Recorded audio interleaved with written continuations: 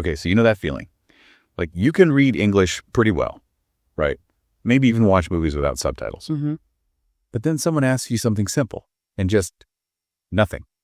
Your mind just kind of goes blank. Yeah, that complete disconnect between understanding and actually speaking. Mm-hmm. It's really common. Exactly. It's so frustrating.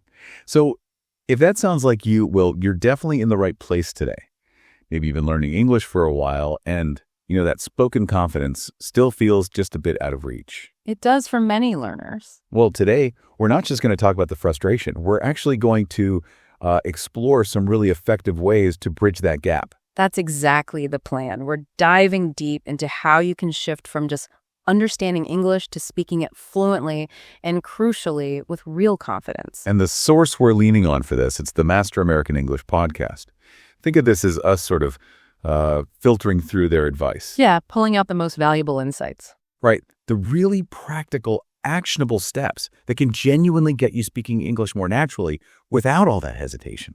Our goal here is to give you a real boost, offer techniques that might trigger some aha moments, Exactly. Helping you feel truly comfortable expressing yourself in English. So let's jump right in. The first really key idea from the source, it actually starts with something quite fundamental, your mindset. Okay, mindset. Let's unpack that. So the Master American English podcast basically kicks things off by saying we need to believe English can be easy. Now, I get it. That might sound a little optimistic to some folks. Well, and that initial skepticism, that's exactly what needs tackling. The podcast points out that if you go into it thinking, oh, English is so hard, your brain kind of aligns with that. It can make learning feel tougher than it maybe needs to be. It's like setting yourself up for a struggle before you even begin, right? Mm-hmm. But the flip side is true too, isn't it? If you think, okay, I can manage this, your mind sort of opens up. Absolutely. It becomes more receptive. The podcast uses this great analogy about learning to walk. As a toddler, you fell down constantly. Oh, yeah, all the time. But you didn't decide walking was impossible, did you? You just accepted falling as, well, part of learning. It's the same idea with English. Mistakes are going to happen. They're actually essential for progress. Okay, so how do we cultivate that positive belief?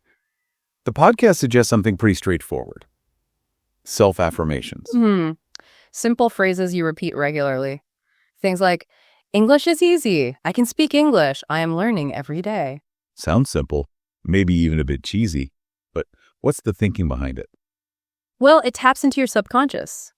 By consistently feeding yourself these positive messages, you can actually start to rewire how you perceive the challenge. It's about building that internal sense of possibility that I can do this feeling. Okay, so step one, shift the mindset, believe it's doable, embrace the mistakes. Got it. Now, where do we go from there? How do we create the right conditions? Right. That leads us to step 2, surrounding yourself with English. And the good news here, according to the podcast, is you really don't need to move to an English-speaking country. Oh, that's a relief for many, I bet. That's a common belief, isn't it? I have to live there to get fluent. It really is. But the podcast argues strongly that you can build your own English bubble wherever you are. So how do we do that? What are the practical tips? Okay, first one. Change your phone's language setting to English. Think about it. How often do you look at your phone? Constantly.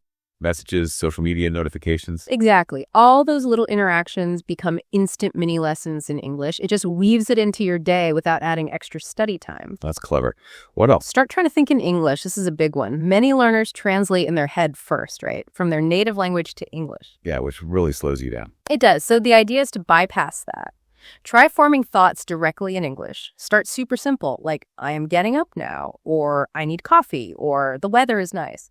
It probably feels weird at first, though. Oh, definitely. But stick with it. It builds those direct pathways for English in your brain, making speaking feel more natural over time. Okay. Thinking in English. And for more, like active practice. Talk to yourself in English. Really? Out loud. Yeah, maybe in front of a mirror. It sounds a bit odd, but it's a fantastic zero pressure way to practice. Ask yourself questions, answer them. Just get used to forming the words. A judgment-free zone. I like that. Exactly. And one more for the environment. Label things around your house. Put sticky notes on the fridge, the table, a book. Say the English word when you see the label. Refrigerator, book, lamp. Little visual and verbal cues throughout the day. It helps make English feel more normal, more part of your immediate world. Okay, so mindset shift, check. Yeah. Creating an English environment, check. Now let's talk about something that trips up so many learners. Grammar. Ah, yes. Grammar anxiety. The podcast actually says step 3 is to stop worrying so much about perfect grammar, at least initially. That sounds radical. It might seem that way, but think about it. If you're constantly terrified of making a grammatical mistake, what happens? You just don't speak. Or you hesitate so much it's painful. Exactly. The fear paralyzes you. The podcast argues that focusing too much on perfection early on can actually block your fluency. But compared to how kids learn, right? Yeah, exactly. Yeah. Kids don't start with grammar books. They listen, they mimic, they communicate, they figure out the patterns intuitively through speaking and listening. The formal rules come way later. So the advice is focus on just communicating first. Yeah. Getting your idea across, even if it's not perfect. Precisely.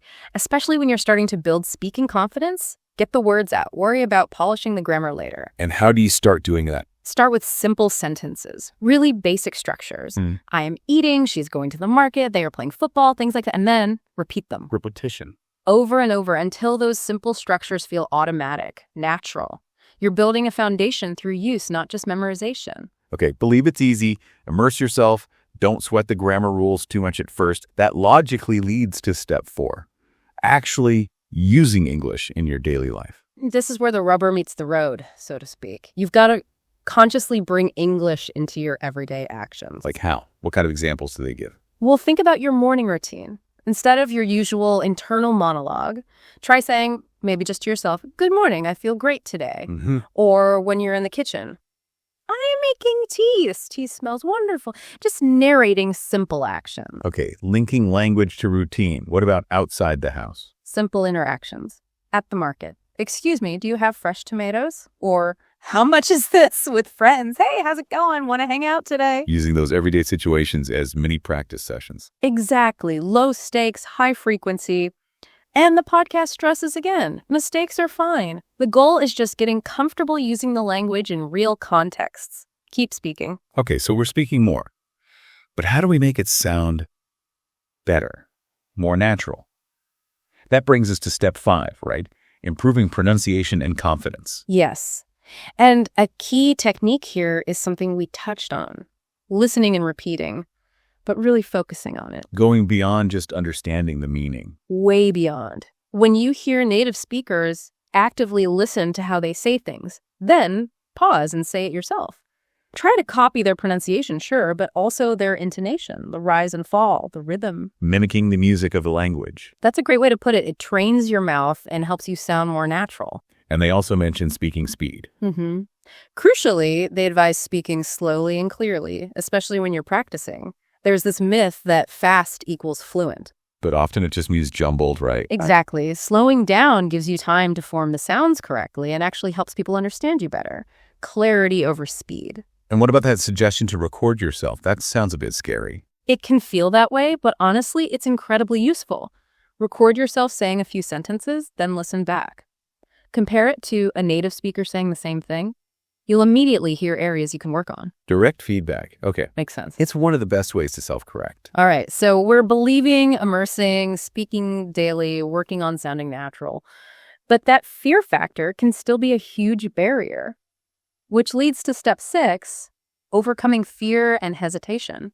Fear really is a major block. The podcast acknowledges how real it is, but also that it can be overcome. And they offer a very practical tool, the 3-second rule. The 3-second rule. How does that work? Simple. When you have an opportunity to speak English or you want to say something, just give yourself 3 seconds. Count 1, 2, 3 in your head, and then just speak. Don't overthink it. Exactly. Don't give your brain time to flood with doubts or worries about mistakes. Just start talking. It forces you past that initial hesitation point. And the more you do it, the easier it gets. You build momentum and confidence. And remember, like we said, mistakes are normal. Even native speakers mess up words sometimes. It's just part of talking. Viewing mistakes as learning opportunities, not failures. Absolutely. It's a crucial mindset shift. Okay, now we talked about thinking in English briefly before, but step 7 really digs into this as a key to real fluency, right? Getting past that translation delay. Yes. Thinking directly in English is sort of the gateway to speaking smoothly and spontaneously. When you're not mentally translating, your responses can be much quicker, more natural. So how do you practice that? Start small again. The podcast suggests maybe when you first wake up, just look around and name things in English in your head. Bed, pillow, window, lamp. Just labeling your world internally. Then try forming simple sentences in your head about what you're doing or seeing. I am brushing my teeth. The weather is nice today. I need to leave soon. Making it a consistent mental habit. Exactly. The more you consciously practice thinking in English, the more automatic it becomes, and that directly translates to more fluent speaking. Okay, those core steps: mindset, immersion, speaking, pronunciation focus, tackling fear. Thinking in English, they cover a lot. But the podcast also dives deeper into pronunciation, doesn't it? Because how you sound really impacts confidence. It really does. And let's be clear, the goal isn't necessarily sounding exactly like a native speaker from London or Los Angeles. It's about clarity, being understood easily. That's where the confidence comes from. Right. So what are the specific techniques they suggest for improving pronunciation? Well, first, they double down on that idea of active listening and imitation. Really pay attention to native speakers. Find content you enjoy, maybe podcasts or YouTube, and listen for the details, the rhythm, the stressed words, how sounds connect. Then pause and repeat. Try to mimic that musicality we talked about. They give an example like, I want to go to the park, noting how want to often sounds more like wanna. Catching those natural reductions. Exactly. Next, again, speak slowly and clearly. Resist the urge to rush. Slowing down gives your mouth time to get the positions right. Good reminder. What else? Focus on specific problem sounds. For many learners, certain English sounds are tricky because they don't exist in their native language. Like the th sound. That's the classic one. The podcast explains the tongue position slightly between the teeth, gentle airflow for words like think or this. It's a friction sound, a fricative. And the R sound too. Yep. Pulling the tongue back, tip not touching the teeth. For red, car, better, and distinguishing L tongue tip up from R tongue back. Think lake versus rake. Listening carefully to native speakers on these specific sounds is key. And they suggest something kind of fun for practice. Tongue twisters. Yeah, things like, she sells seashells by the seashore.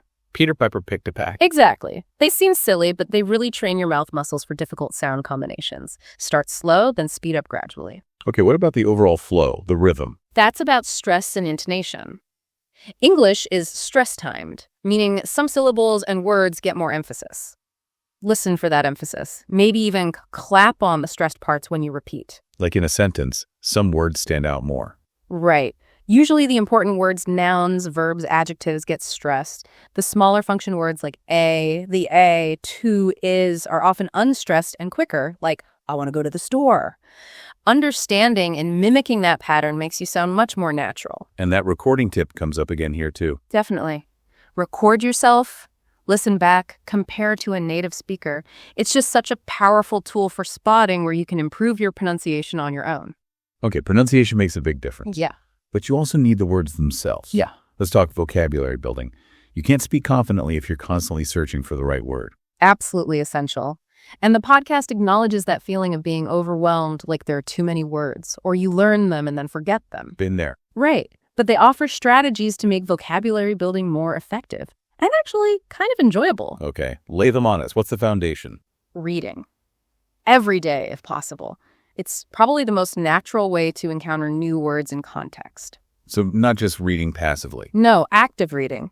When you see a word you don't know, highlight it. Look it up, not just the definition, but how it's used in the sentence.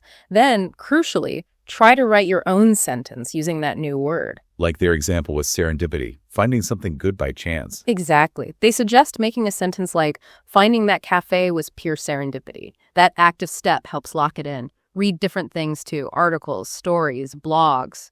What about more structured methods? Flashcards are still effective. Word on one side, meaning or example sentence on the other. Review them regularly. Use apps or paper, maybe add pictures, whatever works for you. Okay, flashcards. Any other organizational tips? Learn words in related groups or themes. Instead of random lists, group words about, say, emotions, happy, sad, excited, anxious, or travel, passport, luggage, destination, boarding. It helps you see connections and remember them better. That makes sense. Grouping helps recall. And then this is vital. Use the new words. You have to activate them. Write sentences with them. Try to slip them into conversations. Even if it feels a bit forced at first. Yeah. Start simple. Maybe try using one new word a day in a sentence you write or say. Ask people to correct you if you use it awkwardly. That active usage is what makes it stick. And learning related words. Synonyms and antonyms, yes. Yeah. Knowing different ways to say big, large, huge, enormous, or its opposites, small, tiny, gives you more expressive power and a better feel for nuances. So read actively, use flashcards, group words, use the words, learn synonyms, antonyms, anything else. The most important part, real-life practice. Talk to people, write things, emails, journal entries, short stories. Use your growing vocabulary in actual communication. That's where it all comes together. Practice, practice, practice. And don't be afraid to make mistakes along the way. That's the recurring theme, isn't it? It really is. Wow, okay, so we have covered a ton of ground here, pulling all these great practical strategies straight from the Master American English podcast. We've hit mindset, believing it's possible. Creating that immersive environment wherever you are. Right, and focusing on communication first, not getting totally bogged down by grammar right away. Actively speaking every day, even in small ways. Working on pronunciation, listening, imitating, speaking clearly, tackling tricky sounds. Overcoming that fear, using things like the 3-second rule. Making thinking in English a habit. And actively, strategically building that vocabulary through reading, practice, and usage. It's a comprehensive approach. It really is. And the core message running through it all is that speaking English confidently, fluently, it's genuinely achievable for you. It's not about magic talent. It's about consistent effort, right? Yeah. Applying these kinds of techniques regularly. Exactly. Putting in the work, embracing the process. So to wrap this up, here's something for you, the listener, to think about. Which one or two of these techniques we discussed today really jumped out at you? Which ones feel like they might fit your learning style? And then think, how could you realistically start weaving that into your daily life, maybe even starting today? Yeah. What small change, what single technique could potentially unlock the biggest improvement in your English-speaking journey right now? Something to mull over.